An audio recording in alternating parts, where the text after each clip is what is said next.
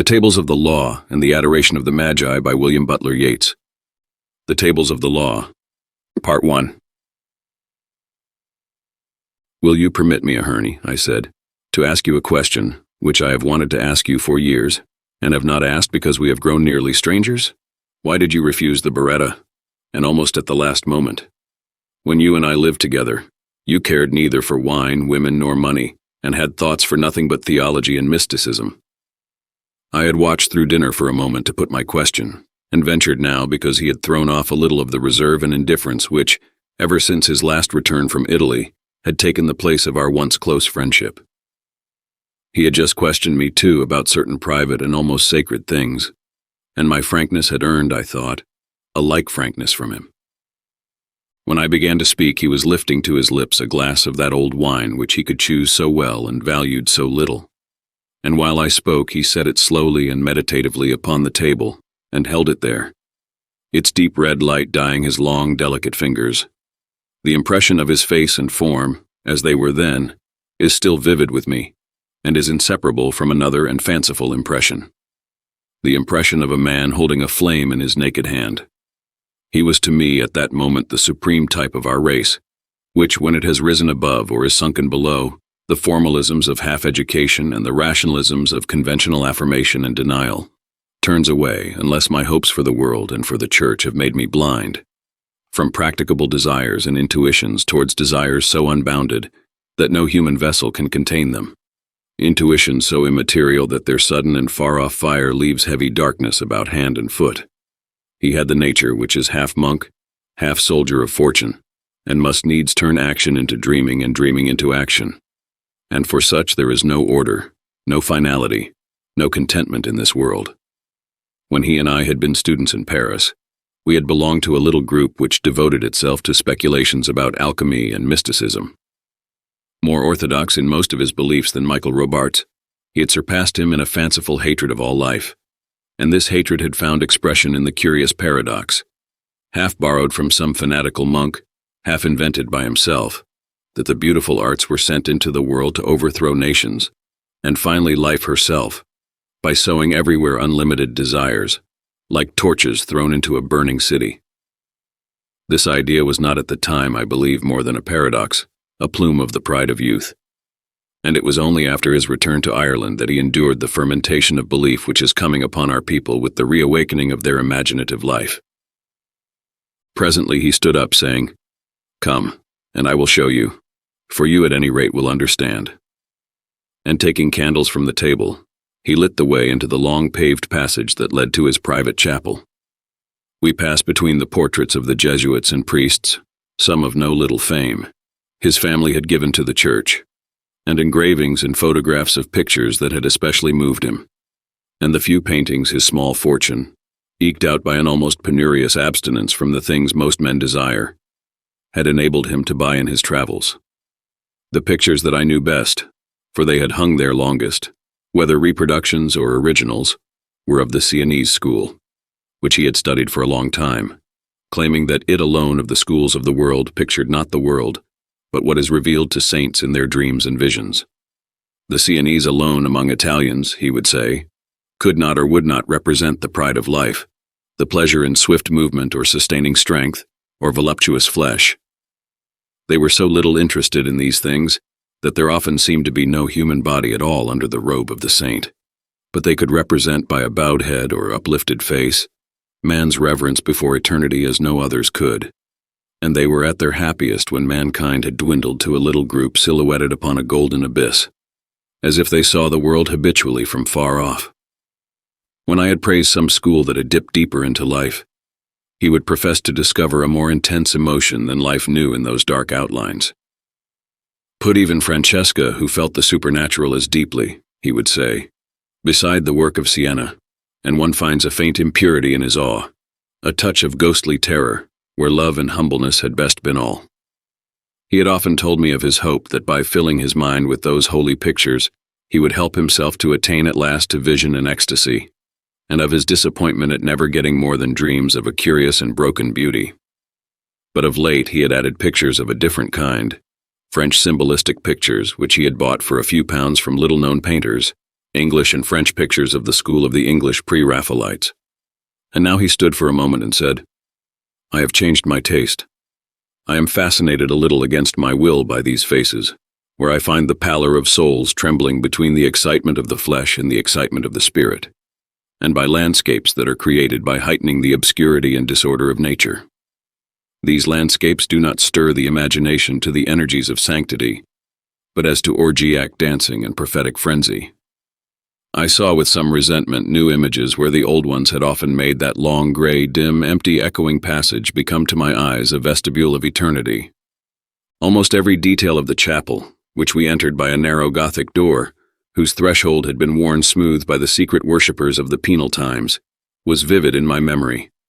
For it was in this chapel that I had first, and when but a boy, been moved by the medievalism which is now, I think, the governing influence in my life. The only thing that seemed new was a square bronze box which stood upon the altar before the 6 unlighted candles and the ebony crucifix, and was like those made in ancient times of more precious substances to hold the sacred books. Ahern made me sit down on an oak bench, and having bowed very low before the crucifix, took the bronze box from the altar and sat down beside me with the box upon his knees. "You will perhaps have forgotten," he said, "most of what you have read about Joachim of Flora, for he is little more than a name to even the well-read. He was an abbot in Cortale in the 12th century, and is best known for his prophecy in a book called Expositio in Apocalypsin, that the kingdom of the Father was past, the kingdom of the Son passing, the kingdom of the Spirit yet to come. The kingdom of the Spirit was to be a complete triumph of the Spirit. The spiritualis intelligentsia, he called it, over the dead letter. He had many followers among the more extreme Franciscans, and these were accused of possessing a secret book of his, called the Liber Indicens in Evangelium Aeternum.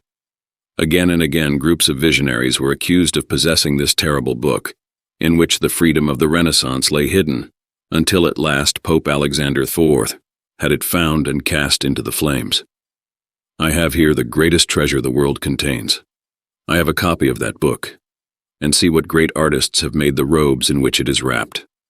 The greater portion of the book itself is illuminated in the Byzantine style, which so few care for today, but which moves me because these tall, emaciated angels and saints seem to have less relation to the world about us than to an abstract pattern of flowing lines that suggest an imagination absorbed in the contemplation of eternity. Even if you do not care for so formal an art, you cannot help seeing that work where there is so much gold, and of that purple color which has gold dissolved in it, was valued at a great price in its day. But it was only at the Renaissance the labor was spent upon it, which has made it the priceless thing it is.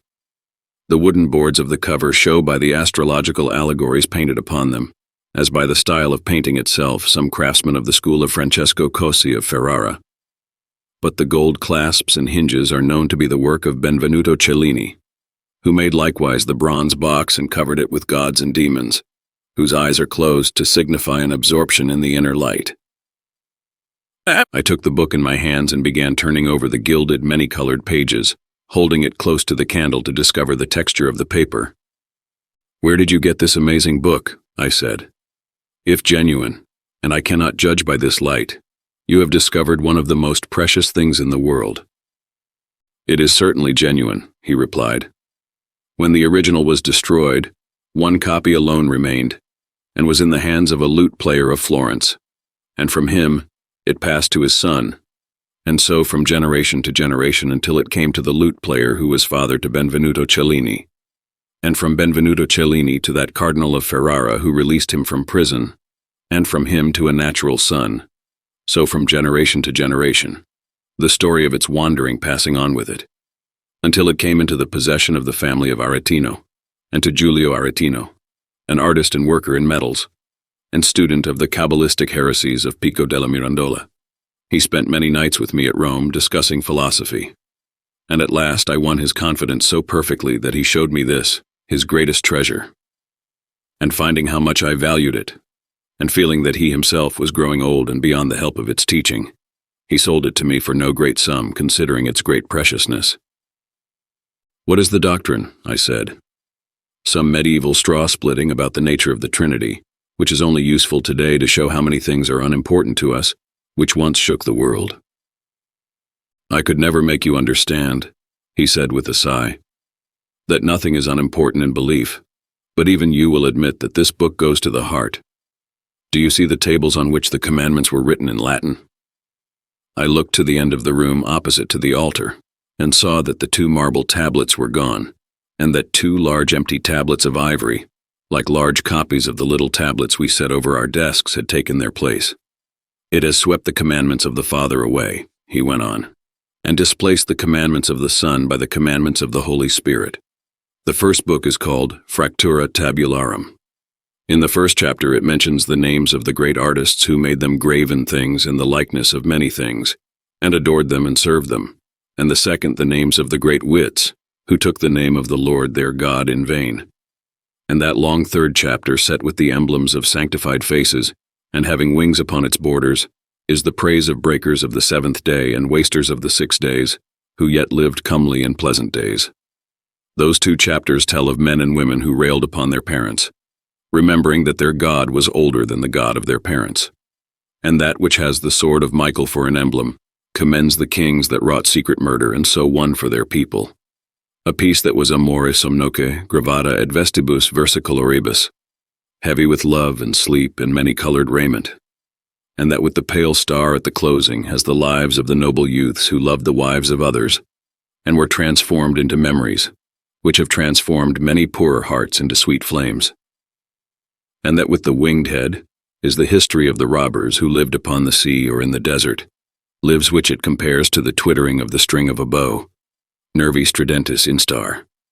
And those 2 last, that are fire and gold, are devoted to the satirists who bore false witness against their neighbors and yet illustrated eternal wrath, and to those that have coveted more than other men the house of God, and all things that are his, which no man has seen and handled, except in madness and in dreams.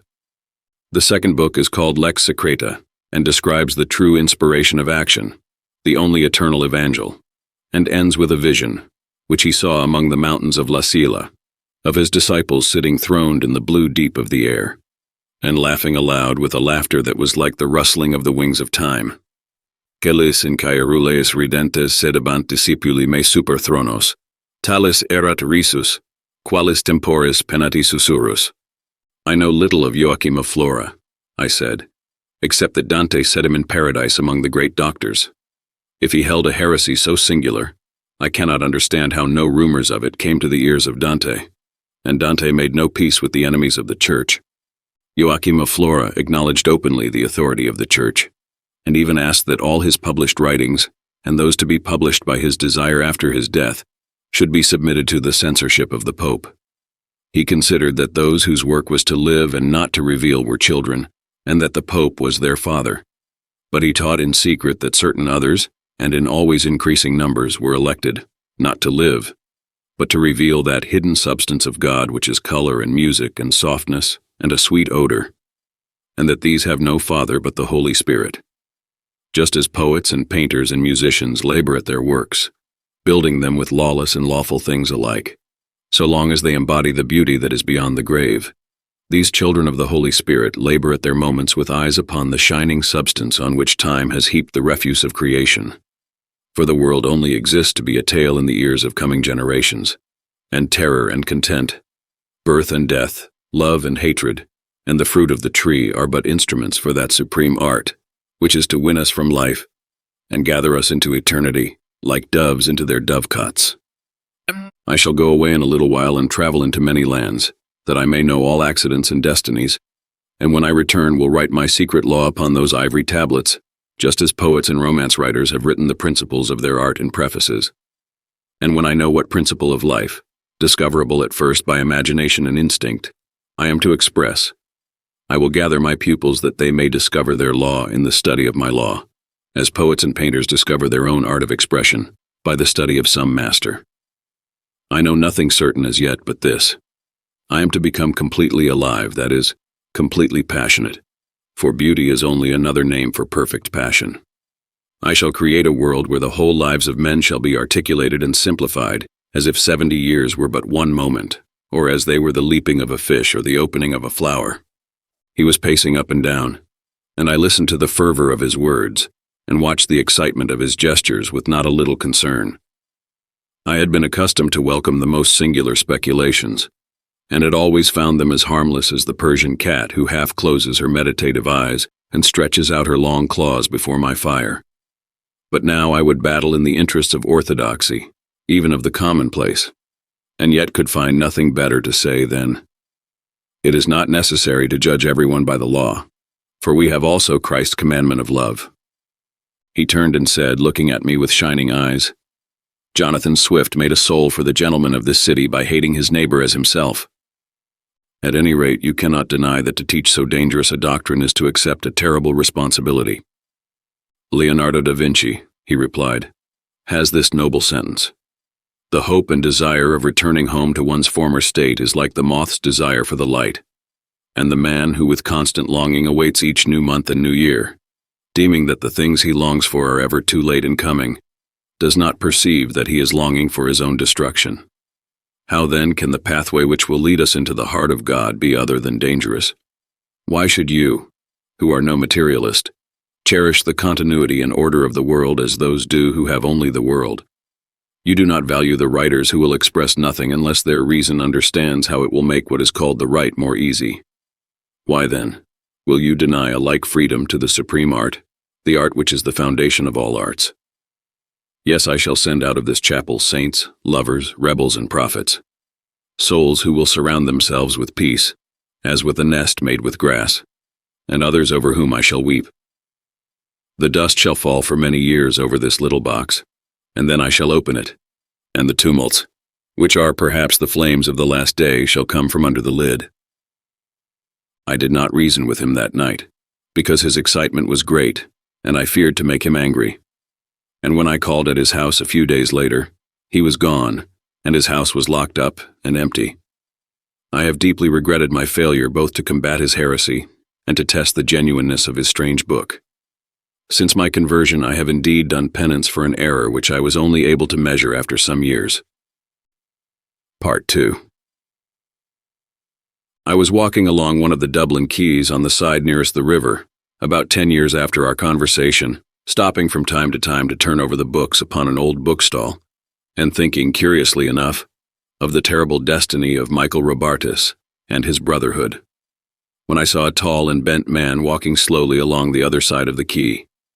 I recognized with a start, in a lifeless mask with dim eyes, the once resolute and delicate face of Owen Aherne.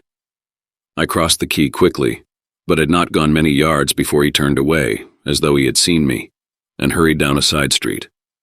I followed, but only to lose him among the intricate streets on the north side of the river.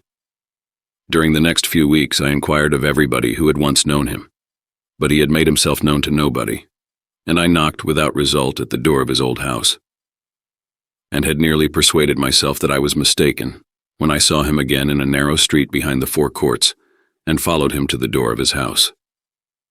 I laid my hand on his arm.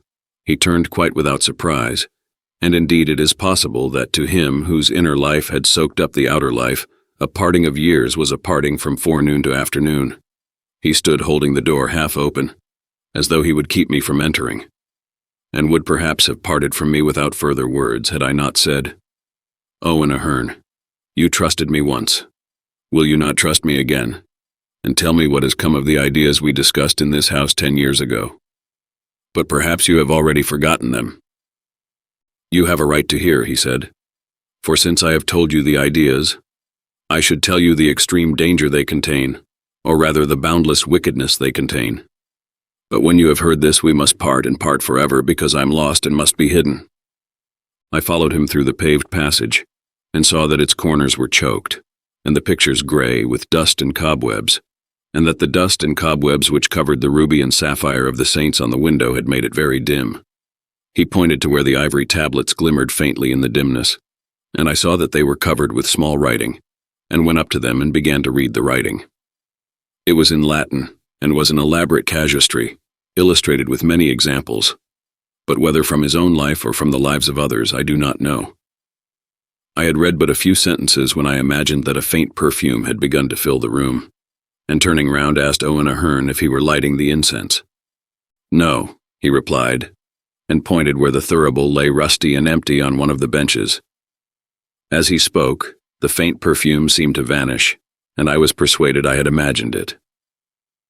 "Has the philosophy of the Liber Indecens in Evangelium Aeternum made you very unhappy?" I said.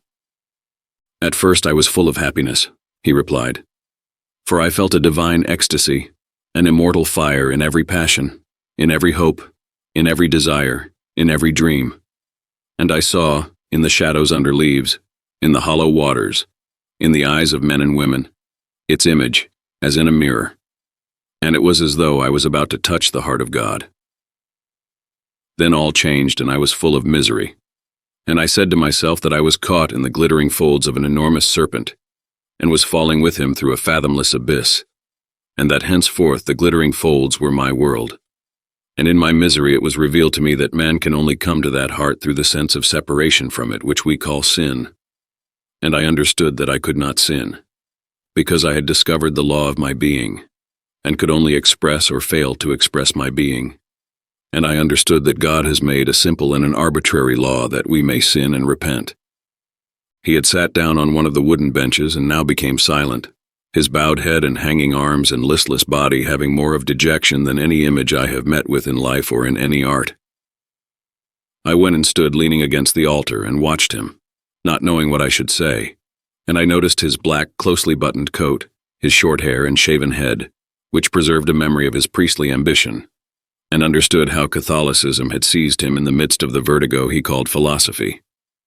And I noticed his lightless eyes and his earth-colored complexion, and understood how she had failed to do more than hold him on the margin.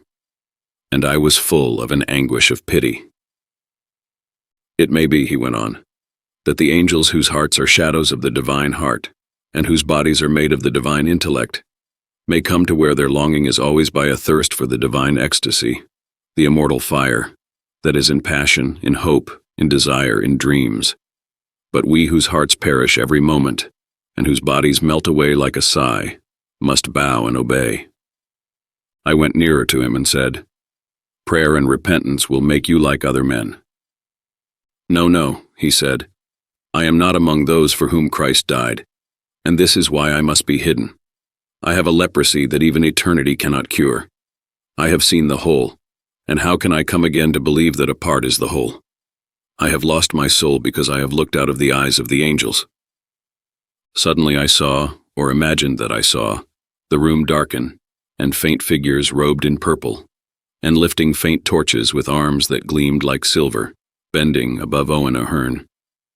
And I saw, or imagined that I saw, drops as of burning gum fall from the torches, and a heavy purple smoke, as of incense, come pouring from the flames and sweeping about us. Owen Ahern, more happy than I who have been half initiated into the order of the alchemical rose, and protected perhaps by his great piety, had sunk again into dejection and listlessness, and saw none of these things.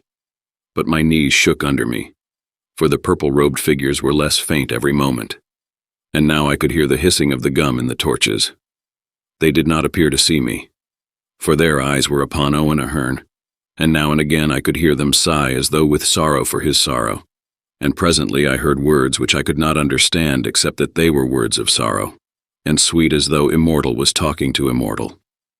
Then one of them waved her torch, and all the torches waved, and for a moment it was as though some great bird made of flames had fluttered its plumage, and a voice cried as from far up in the air, "He has charged even his angels with folly, and they also bow and obey.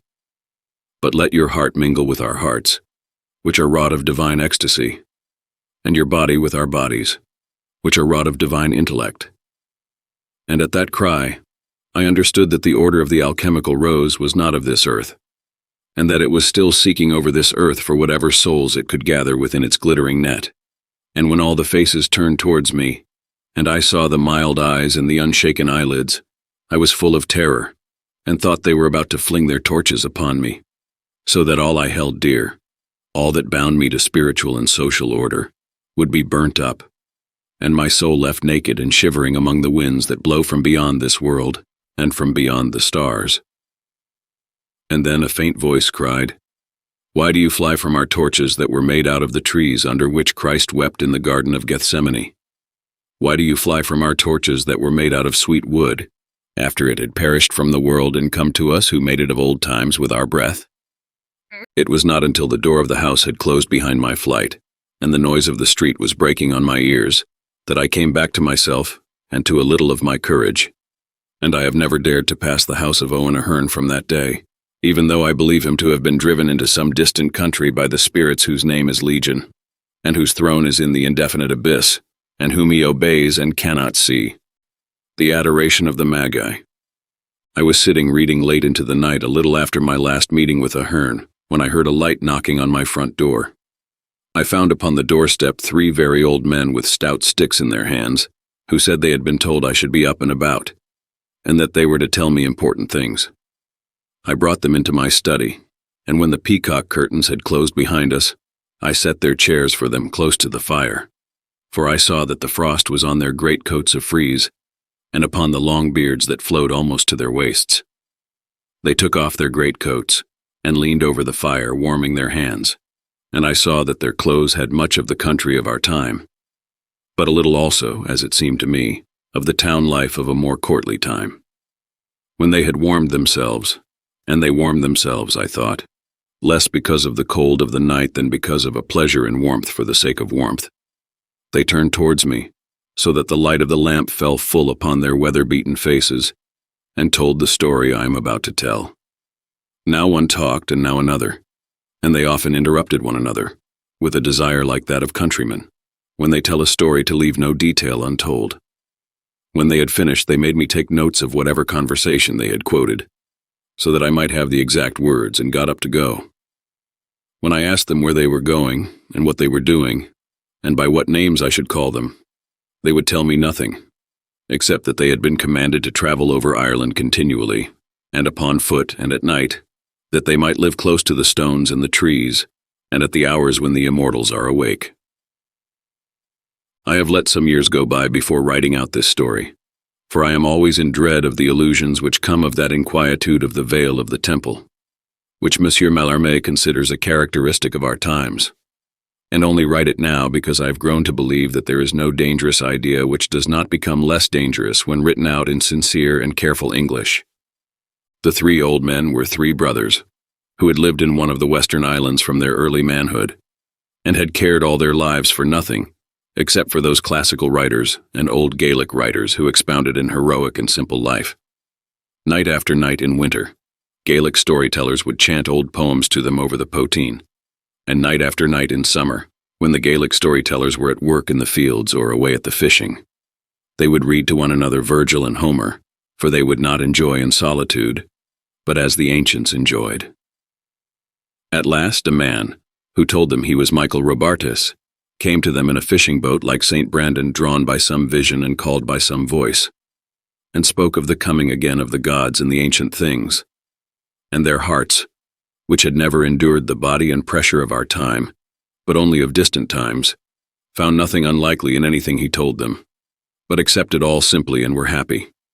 Years passed, and one day, when the oldest of the old men, who traveled in his youth and thought sometimes of other lands, looked out on the grey waters, on which the people see the dim outline of the islands of the young, the happy islands where the Gaelic heroes lived the lives of Homer's Phaeacians, a voice came out of the air over the waters and told him of the death of Michael Robartes.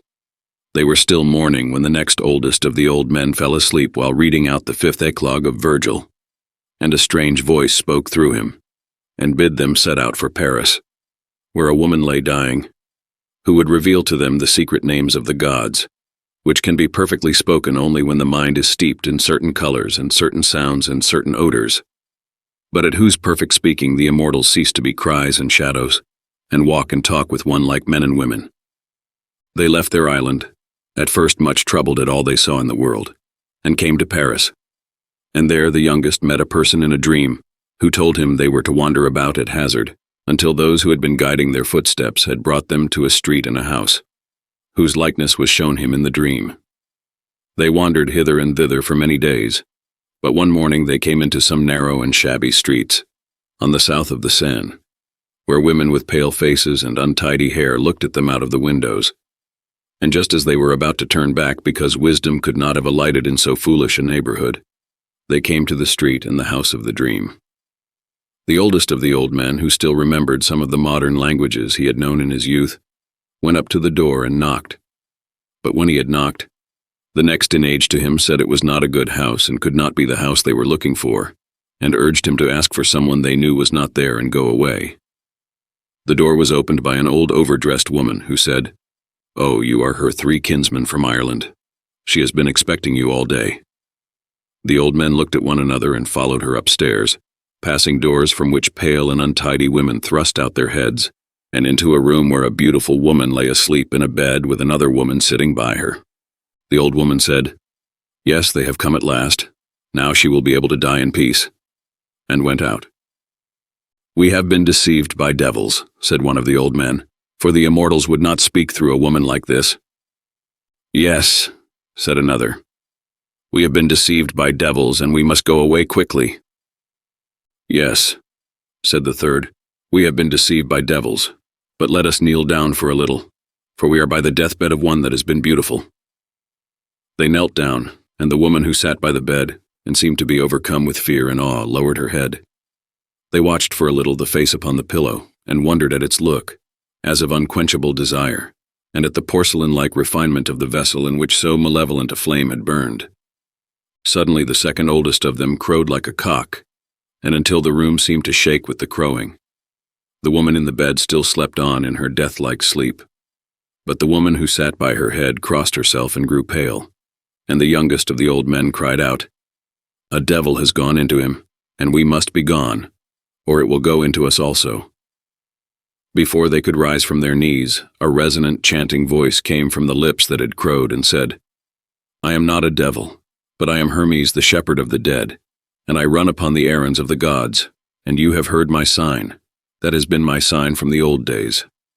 Bow down before her from whose lips the secret names of the immortals and of the things near their hearts are about to come, that the immortals may come again into the world. Bow down, and understand that when they are about to overthrow the things that are today and bring the things that were yesterday, they have no one to help them, but one whom the things that are today have cast out. Bow down and very low, for they have chosen for their priestess this woman in whose heart all follies have gathered, and in whose body all desires have awaked, this woman who has been driven out of time and has lain upon the bosom of eternity. After you have bowed down, the old things shall be again, and another Argo shall carry heroes over sea, and another Achilles beleaguer another Troy." The voice ended with a sigh, and immediately the old man awoke out of sleep and said, "Has a voice spoken through me, as it did when I fell asleep over my Virgil, or have I only been asleep?" The oldest of them said, "A voice has spoken through you. Where has your soul been while the voice was speaking through you?" "I do not know where my soul has been, but I dreamed I was under the roof of a manger, and I looked down, and I saw an ox and an ass, and I saw a red cock perching on the hayrack, and a woman hugging a child, and 3 old men in armor studded with rubies, kneeling with their heads bowed very low in front of the woman and the child. While I was looking, the cock crowed, and a man with wings on his heels swept up through the air, and as he passed me cried out, 'Foolish old men, you had once all the wisdom of the stars. I do not understand my dream or what it would have us do, but you who have heard the voice out of the wisdom of my sleep know what we have to do.' Then the oldest of the old men told him they were to take the parchments they had brought with them out of their pockets and spread them on the ground. When they had spread them on the ground, they took out of their pockets their pens, made of 3 feathers, which had fallen from the wing of the old eagle that is believed to have talked of wisdom with St. Patrick. He meant, I think," said the youngest, as he put their ink bottles by the side of the rolls of parchment, "that when people are good, the world likes them and takes possession of them, and so eternity comes through people who are not good or who have been forgotten. Perhaps Christianity was good and the world liked it, so now it is going away, and the immortals are beginning to awake." "What you say has no wisdom," said the oldest, "because if there are many immortals, there cannot be only one immortal." Then the woman in the bed sat up and looked about her with wild eyes, and the oldest of the old men said, "Lady, we have come to write down the secret names." And at his words a look of great joy came into her face. Presently she began to speak slowly, and yet eagerly, as though she knew she had but a little while to live, and in the Gaelic of their own country, and she spoke to them many secret powerful names, and of the colors and odors and weapons and instruments of music and instruments of handicraft belonging to the owners of those names, but most about the Ceti of Ireland, and of their love for the cauldron, and the whetstone, and the sword, and the spear. Then she tossed feebly for a while and moaned, and when she spoke again it was in so faint a murmur that the woman who sat by the bed leaned down to listen. And while she was listening, the spirit went out of the body. Then the oldest of the old men said in French to the woman who was still bending over the bed, "There must have been yet one name which she had not given us, for she murmured a name while the spirit was going out of the body." And the woman said, "She was but murmuring over the name of a symbolist painter she was fond of. He used to go to something he called the Black Mass, and it was he who taught her to see visions and to hear voices. She met him for the first time a few months ago, and we have had no peace from that day because of her talk about visions and about voices. Why? It was only last night that I dreamed I saw a man with a red beard and red hair, and dressed in red standing by my bedside. He held a rose in one hand and tore it in pieces with the other hand, and the petals drifted about the room, and became beautiful people who began to dance slowly. When I woke up, I was all in a heat with terror." This is all the old men told me, and when I think of their speech and of their silence, of their coming and of their going, I am almost persuaded that had I gone out of the house after they had gone out of it, I should have found no footsteps on the snow. They may, for all I or any man can say, have been themselves immortals. Immortal demons, come to put an untrue story into my mind for some purpose I do not understand. Whatever they were, I have turned into a pathway which will lead me from them and from the order of the alchemical rose.